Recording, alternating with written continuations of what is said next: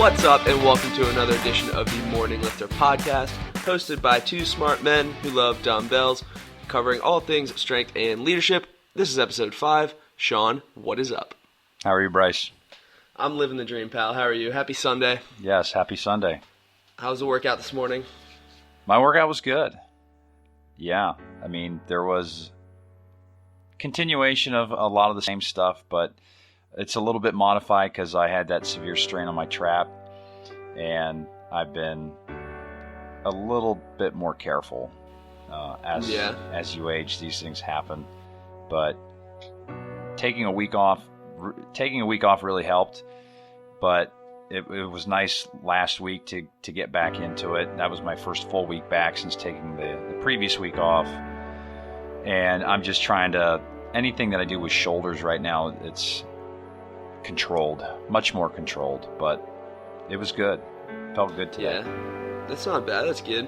We were both kind of on the shelf there for a bit. You with your shoulder trap strain, and I had a really gnarly stomach bug, so kind of also been all over the place, but maybe we can do a future episode on the battling injury and, you know, having to take time away from the gym. But today we're talking about balance. I have in my notes sort of work-life balance. It could be balance between the gym and your family and work and the gym and your hobbies and all the above. Kind of left it open to interpretation. So I figure this is a topic that a lot of people talk about, and I've gotten quite a few questions on it, like how do you fit everything into your schedule? Figure we can give some people some strategies to go about that. Sound like a plan? Sounds good. Cool. So the first bullet I have on how to initiate a work-life balance or a balance in general would be to prioritize your time, in that the phrase, "I don't have time," is invalid because we've talked about it on previous podcasts. Everybody has the same 24 hours in a day. You get done what you choose to get done. So what do you think about that? Yeah, 24 hours in a day. No one's got an excuse. The problem is that they don't want to make time for it, and that's where I see most of the issue. You know, when my son was born, that's kind of when life as I knew it previously ceased to exist, and there was a time that showed up where it was either I make the change or the previous priorities I had don't work anymore. So that's kind of how my whole home gym started, because working out was a big enough deal for me. It was that important that I did not want to give that up. So for a lot of people, you know, they don't want to sacrifice the sleep, or they don't want to sacrifice the time. The problem is, I think it's an investment in time, and it's an investment in yourself. There's supposed to be a little bit of time for you as well. You know, I've considered it for a long time, thinking of it as being a role model for my kids, even to the point where now before we leave to go somewhere, my son will say, "Well, I have to do my exercises first," you know, and so he may not even know what it means yet, but he's getting the idea of priorities and what's important in life. So yeah, that's a really good point. Habits, I mean, I think it takes like 21 days to create a habit. Once it's a habit, it becomes a lifestyle, and once you have a lifestyle, then, you know, it's second nature and you don't even have to think about it. So that's a really good point about forming habits. Next topic I have is about plotting your personal time. So taking time away from life or your phone or anything you're doing, just what makes you happy. For me, it's fitness is a big part of that. You know, that so I get up early on purpose so that I can get a little time to myself, and that goes back to creating those habits and that lifestyle. The last thing I really truly want to do is get up at 4 in the morning or get up at 5:30 on a Sunday. The last thing I want to do. But I also know that there's no other time where I'm going to be able to get that done. You know, sporting events aren't held at 4 in the morning. You know, kids' activities aren't held at 4 in the morning. So there's not a whole lot going on, which is why that's the perfect time to get the things done that you need to get done. And that gives me a chance to kind of work myself. I get to listen to a lot of different speeches or seminars or motivational talks that kind of, it's my way to actually get myself psyched day. And then when it comes to reading, I like to read at time, you know, when I'm at work. and that's another chance to kind of invigorate my brain or give it a recharge for the second half of the day. So I've got things kind of split in two. I prep myself, and it's, I've been doing that for, I don't know, what seems to be 5 or 6 years now, at least in terms of working out and reading, and it really has made a huge impact. Yeah, no, I exercise 100% fits in this category. For me as well, I know I talked about it earlier, like, that's my escape time, like, when I'm at the gym for an hour or an hour and a half each day, like, that's my time to focus on me and what I love. And even, like you said, reading and writing also fit into those categories. I love to read as well. Usually end up in the evenings, half hour, 20 minutes before bed. Really helps wind out the day. So those are both really good points. Even honestly, just like time away from your phone. We've become such a connected society in that, like, everything needs to go live, everything needs to go on the internet, and like that's not the case. Looking at other people's highlight reels when you see on Instagram, Facebook, Twitter, people don't publish the bad stuff that happens to them, right? Like, that's kind of, become the social norm, is to only look at the good stuff of life. So I think it's a really good habit to try and get away and get unplugged for a little bit, which leads us right into our next topic, which is be where your feet are. When you're engaging in a task, be all in on that task. I agree. I'm a big believer in what Owen says, where you got to work harder on yourself than you do your job. And if you're not working hard on yourself, then what are you doing? Because one opportunity with your own body. So it's something that you've got to be able to take pride in how you work, take pride in how you look.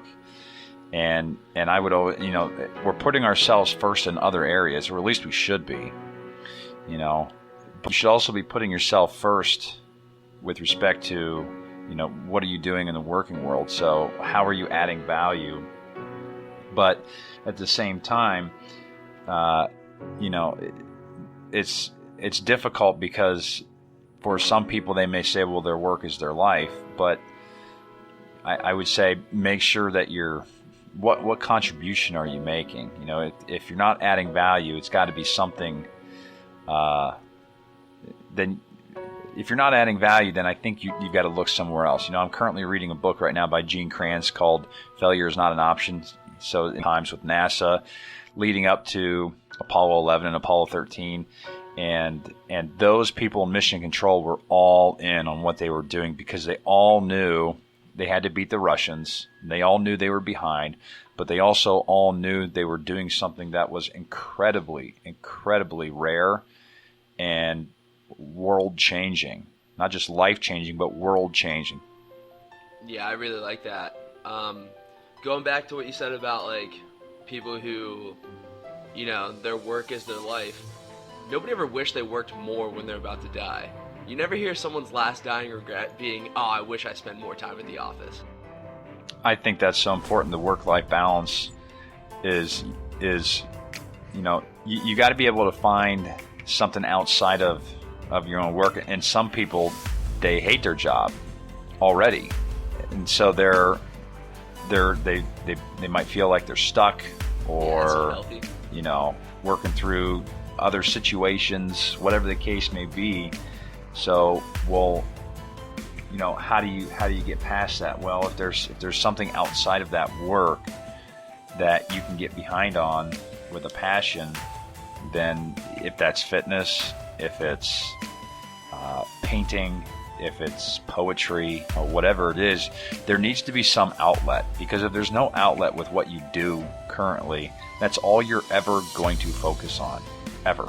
And especially if you hate what you do, then that's all you're going to focus on. And so that's one reason I think exercise is so important, because it gives us an escape.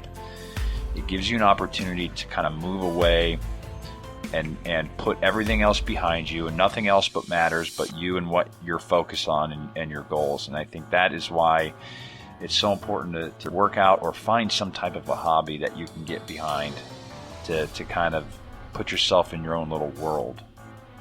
Yeah. Did you read ahead on the outline? Because one of the next bullets is everybody needs 2 hobbies. Something you love and something to keep you healthy. Yeah, I did not see that. Yeah, so, like, there's, and the next comment on that is that health, the term health, or what in shape looks like, looks different for different people. A marathon runner who's in shape is going to look a lot different than a conditioned bodybuilder who's getting ready to step on stage. But you have to find a way to do what you love, and that's so important, I think. Yeah, it takes a long time too. You know, when I was in my 20s, like where you are right now, I didn't really know where I was going, what I was doing. You know, the things that I know now, it took me 15 years after graduating high school to figure out. And sometimes you stumble upon it, or sometimes you're kind of led to it. And once you kind of find it, then it provides you an opportunity to kind of go after it. But that's the thing, like the carrot could dangle, but that's all it'll do. If you don't do anything with it, then it'll pass you by. The opportunities that we get are very, very, very limited. And I heard something this morning, and I'm probably going to butcher it, but it was the fact of there's not a scarcity of opportunities, right? There's not a scarcity of opportunities. We can make opportunities. We can take advantage of opportunities, but scarcity of people willing to step up to the plate. You know, there's a scarcity of people willing to put themselves out there, willing to take the risk to actually seize the opportunity. And I thought that was a really good point, what I heard, because I think that's very, very true. You know, there are opportunities everywhere. There are opportunities abound, you know, but sometimes it takes years to see those. But it's whether or not that individual is willing to take the risk and actually do it. The best way I think that can be said about it is when you're looking at situations and you don't know whether or not you should jump on one, you should check your gut. And Simon Sinek talks about your gut feeling a lot, and there's a reason behind why we do things sometimes. It's not necessarily in our brain, but when people say, well, why did you do this? Why did you do that? And their answer was, I didn't have a rational feeling, I just had a gut feeling. You know, that's kind of our intuition, I guess, if you will, saying that that's something that we either should do or we should not do. It's the same thing with, I don't have a good feeling about this. You know, they may say, well, why not? You don't have a rational explanation. You just have a gut feeling that something may not be right, right? Or, I mean, you hear about people like that in the military say that all the time when they're doing the rounds, you know, checking for IEDs or you know, situations like that. Something comes up and they're, you know, something is not right. You know, it's leading them down a path of destruction. So it's something that you know, check your gut feeling, and if it feels right, then you should encourage yourself to go after it. And sometimes you have to force yourself into it. And when you can do that, you'd be surprised on what you're actually capable of. Too many of us, too many people in general, are not willing to stretch themselves to find out what they're capable of doing.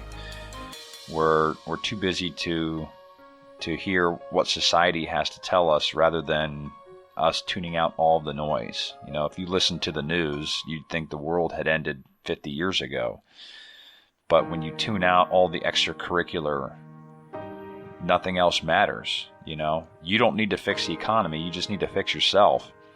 You know, you don't need to fix the politics. You need to fix yourself. Once you focus on that, then other things become a lot easier. So when you take time to make time, right? This is an important concept here. When you go through a day, right? And Jim Rohn talks about this too, about time management. Time management is so important. And that's the one thing I think a lot of people end up learning in college, is because there's nobody to help wake you up anymore. You know, your parents aren't going to be there to wake you up from your bed like they did in high school or middle school or whatever the case may be. Now all of a sudden you're in charge of your own life and you're in charge of your own time. And Jordan Peterson talks about the amount of time that we do. I mean, we could be wasting 4, 5, 6 hours a day just watching mindless junk on YouTube or on social media or whatever. But when you actually sit down and start to map things out, the same way you map out your own workout plans, When you start to map out your day or map out your month or map out your year, this is goal setting. Mapping out your time is setting goals for what you're going to do with your time. And something as simple as 5 minutes, taking 5 minutes and say, what am I going to do today? What am I going to do today? Okay, I've got to do and this to do and this to do, and then I have to go to work, and then I have to do this and this and this. Setting that 5-minute time span and actually planning out what you're going to do, and then looking at that, you'd be surprised how much more you can accomplish. And Zig Ziglar has had a great story where he discussed, you had an opportunity to go to Acapulco, and you were leaving tomorrow. The flight leaves at 8:30 in the morning, but after you get off the phone with the individual who says, we've got these 4 tickets, all expense paid trip. We're going to stay on the beach. We're going to have room service. We're going to live like kings. Nothing is going to be, everything is going to be taken care of. And we're going to do everything and anything that we want to do. We leave tomorrow at 8:30. And then your wife says, or you say, well, I've got all of these things to do. You might say, okay, I've got all this stuff to do. I don't know if we can make it. And your spouse says to you, let's map it out. What do we have left to do? What could we get done in 24 hours? Right? That might take us a month to actually do. When you start to set the priorities on what actually needs done, setting the priorities on what could you actually get done. And so he finished it with saying, well, why don't you go to Acapulco every single day? By setting and planning out your day and setting and planning out your time, and that kind of determines your direction.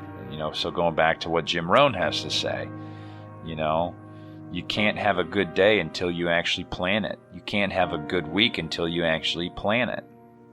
Have a good month by actually planning it. And he used an example of, how does a hotel or a house get built? With a vision. So what's your vision? What's the vision that you have for your day, your month, your year? So if there's something that you want to do, then that's what it comes down to actually planning. A hotel just doesn't pop up, right? A house doesn't just pop up out of nowhere. There's lots of planning that gets involved. There's a blueprint that gets made.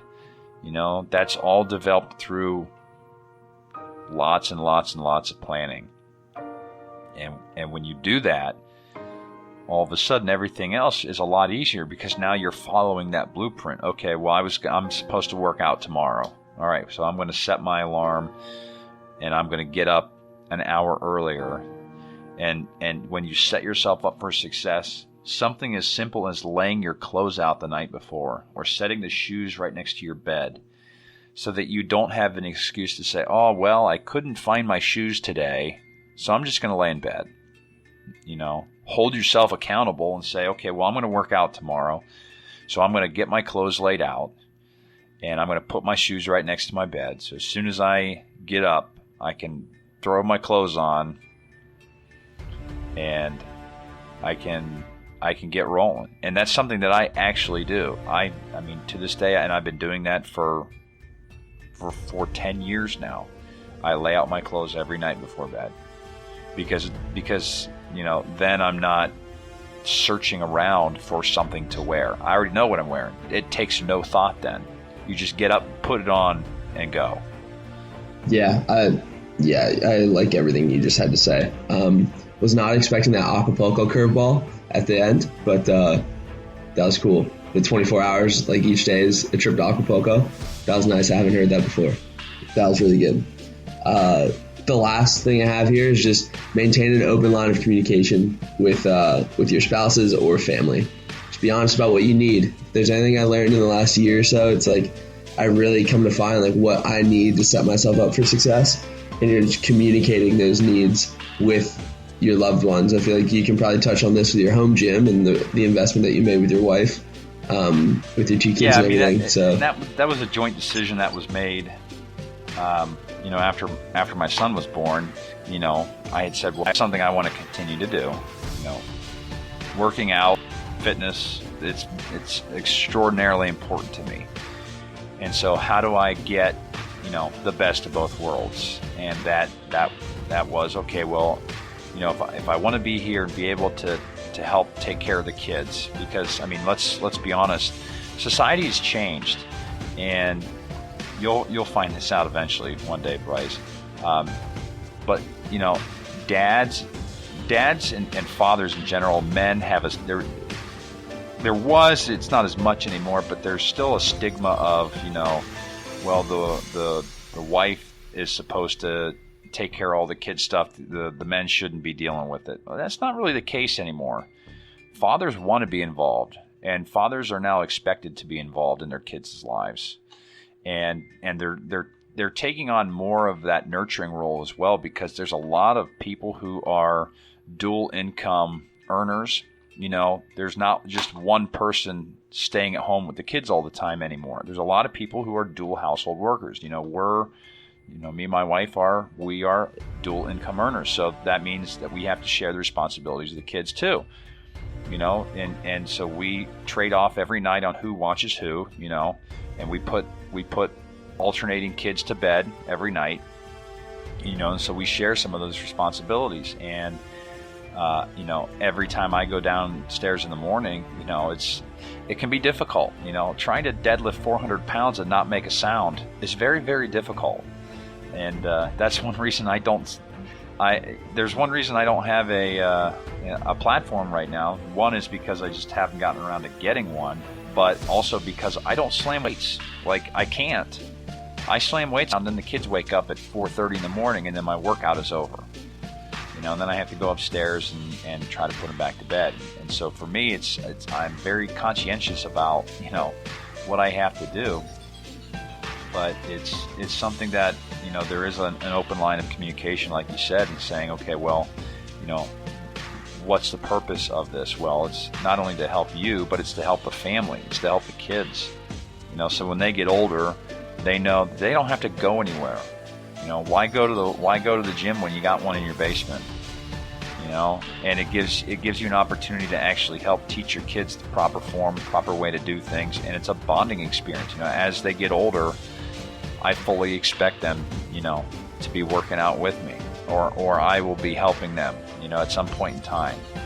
And so it's become not just an investment, but it's a cornerstone, for a lifestyle. When the kids will see what's important to you. You display that whether you think it or not, and your kids find out what's important, and what a great way to exemplify what's important in life is by working out and showing them what's important. It's been good that way. Plus, working out, I get up at 4 and I'm done at 6, and I have the whole day in front of me, and so the rest of the family's sleeping, and I've accomplished more in 2 hours than a lot of people have. So it's a benefit. The benefit always outweighs the negative. The 2 hours of sleep, it is what it is. I'd rather get 6 than 8. If I know that, hey, I'm going to have a great day working shoulders and legs today, or I'm going to have a great day working deadlift today. Knowing that, there's more advantages than there are disadvantages. For sure. That was a good place to wrap up. I think we've got a couple questions. Hopefully you guys got some benefit from that for our take on work-life balance. Time to get to some questions. Okay, first one, we hinted at this question earlier on an earlier episode. Can you guys explain the difference between mobility and flexibility? It seems like the two are used interchangeably on the internet. And I'm very curious to hear what you have to say, Shawn, because I know the answer to this from exercise science classes. Well, flexibility is your ability to, to keep it as dumbed down as possible, flexibility is your ability to be flexible. Can you bend? How well can you bend down and touch your toes? Flexibility, that's when you're doing your static stretching. And mobility is more about your ability to move. Are you mobile? Again, I'm trying to keep this as dumbed down as possible. When I was coaching football, the offensive line, you had to be mobile, meaning can you move quickly and do things at a fast rate? Now they also had to be flexible, meaning can you bend your knees, or when you get down in the stance, is your butt sticking up in the air? So it's your, flexibility is your ability to me, this is the way I look at it. Flexibility is the ability to bend, right? The ability to bend the right way and to have a good range of motion. Mobility is your ability to move and move quickly. So that's the way I look at it. So, and then we can let you go into the science side of it. Adjust your bow tie too. Yeah, let me push up my glasses on my nose and break out my textbook. Yeah, that's a really good way of looking at it. So a muscle can do one of two things. It can elongate or it can contract. So think of like a bicep curl. When you bring your arm up, you are contracting the muscle. When you bring your arm back down to your side, you are elongating the muscle. And so, contracting means we're squeezing. Right. So, flexibility refers to how much you can elongate that muscle. So think of touching your toes. When you touch your toes, you're elongating your hamstring muscles. So flexibility is the ability to elongate that muscle. Talking about muscles. Mobility, like you said, the ability to move, is the process of moving through a joint. So think like squat depth. If you can't have a good body weight squat and take it to depth, you're probably lacking mobility in your ankle, knee, or hip. So you can think like moving through joints for mobility. And that is really where the discrepancy lies. So when you hear athletes talking about they had a mobility day or a recovery day, think of like some movements where they're moving around kind of just to increase the range of motion or to kind of move through their joints in a better or more efficient way. That was a good question. That was a great question. Thank you to whoever submitted that. Okay, next question. Shawn and Bryce, neither of you guys appear to be small dudes. How does someone who's 165 pounds like myself put on muscle mass? Well, I've never been a small dude, and part of that is just genetics. So the other part... It's hard to be small when you're 6'5". Yeah, that's tough. But the other side of it, so I've gone from the opposite end of the spectrum of this individual, so I went from being really, really big to, I guess, more moderate. So I had to lose a lot of weight and then keep that off. Now, I think it's easier to pack on. It's a lot easier to pack on when you're smaller, 130 pounds. I think it's easier to do that than it is to do what I did, because you got more room, So if you're 130 pounds and you're trying to pack on weight, trying to pack on muscle, and you're lifting, let's assume, then you've got to eat and eat and eat and eat as much as you possibly can. So you need to get into a positive caloric balance. So you have to eat more than what you're burning off and make sure that you're eating the right stuff. There's some good mass gainers out there too. I've had experience with other people using gainers to help subsidize some of the calories that they're taking in, because it could be hard. Eating 3,000 calories, eating 4,000 calories for some people is really, really hard. It takes effort to actually eat that much. So I would say the number one thing is you have to eat, and you have to eat a lot, and you got to stay in a positive caloric balance, and you got to make sure you're training and train hard and not overtraining, but you're every muscle group that you need to hit. Yeah, those are all really good points. I think the first and foremost thing is that if you're trying to gain weight and put on muscle mass, none of the dieting techniques we talked about in the last episode will apply to you. I don't envision you cutting out carbs or skipping breakfast or limiting your eating window or anything like that. Correct. Right, 100%. So you need to eat. 2, like you said, whole foods are great. Make sure you adequate protein, solid carbs, healthy fats. You mentioned the mass gainers, and I'm glad you did, because I think you and I have varying opinions on those, which is not a bad thing. But one thing to be careful of with mass gainers is that they're basically just protein shakes with a lot of carbohydrate supplement in them, which is fine. They're very easy to drink if you are looking to put on the weight and just need the calories. But the carbohydrate that's commonly used in them is called maltodextrin. And maltodextrin is basically like pure sugar. So that's one thing to be careful of. Personally, for me, well, one, I've never been in a position where I needed to drink a mass gainer. But for individuals that are, I would probably err on the side of like maybe just a whey protein shake and a piece of fruit that's going to be easily digestible, and like a teaspoon of peanut butter or tablespoon of peanut butter. Plus, also, mass gainers can get expensive in terms of like the quantity and the cost. So, but if that's the route you want to go, like that's a very easy way to get calories in. And maybe you ingest that right after your workout, where your body can handle. Yeah, where you're super insulin sensitive. And I think it depends. I think it depends. Yeah, and I think it depends too on what type of workout you're doing. If you're doing like a CrossFit or something, then that's true. That's a good point.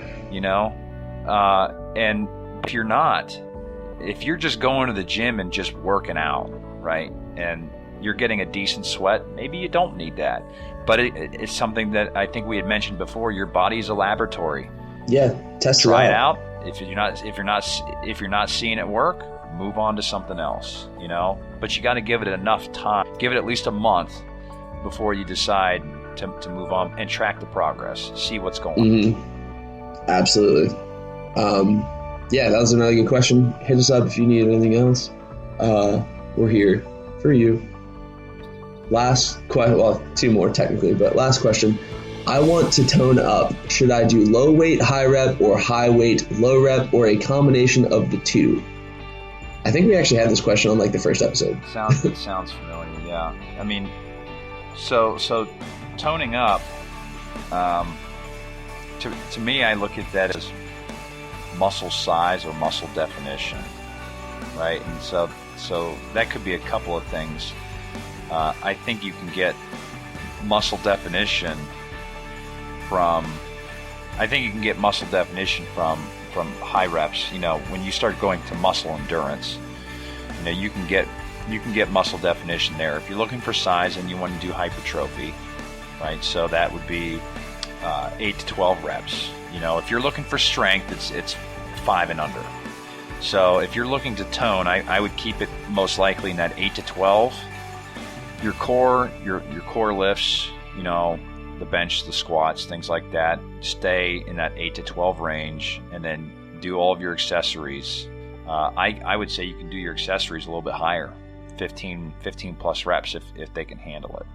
So there's been, some of the best bodybuilders around are, doing lat pull downs of 20, 25 reps, and so there are some things that you can do to beat your muscles up, but you can't, you got to give yourself sufficient time to rest too. If you're going to do an entire program like that, you got to do, at least a 2-day rest. Yeah. That's a good point. So with that, I think we talked about on previous episodes, your muscle protein synthesis rate will be increased for like up to 24 hours. After 24 hours, then you can start thinking about going back in again. But you're definitely not hitting like an 8 p.m. workout, then going back in at 6 a.m. the next morning. Throw in the veggies, eat a lot of protein. We're an animal protein podcast, so chicken's great, beef's great, fish is great, turkey. The lean meats, all of that stuff is good. And if you're really trying to get cut, you might want to reduce the carbs a little bit, up the fat, so you're trying to expel water. That's really what it is. Try to remove some of that excess water, and you'll tighten up. Yep, 100%. So, last question, unrelated, but hope you are well. And this was an Instagram reply, so thank you to whoever that was. And it was a person who I don't know. I hope you are well as well. That was very nice. Yeah, we appreciate that in this time of the holidays. Yes. So, Alrighty. I think that was everything. Do you have anything else to add on today's episode, Sean? No, but I guess as a teaser, planning on having a pretty big interview in the coming weeks. I guess once I can get it finalized, that I think a lot of people will appreciate, and most people will have no idea. So I'll just leave it at that. Yeah. Stay tuned. The most influential man you've never heard of. That's right. Until next time, guys. Stay strong, stay safe, and continue giving it all you got. See ya.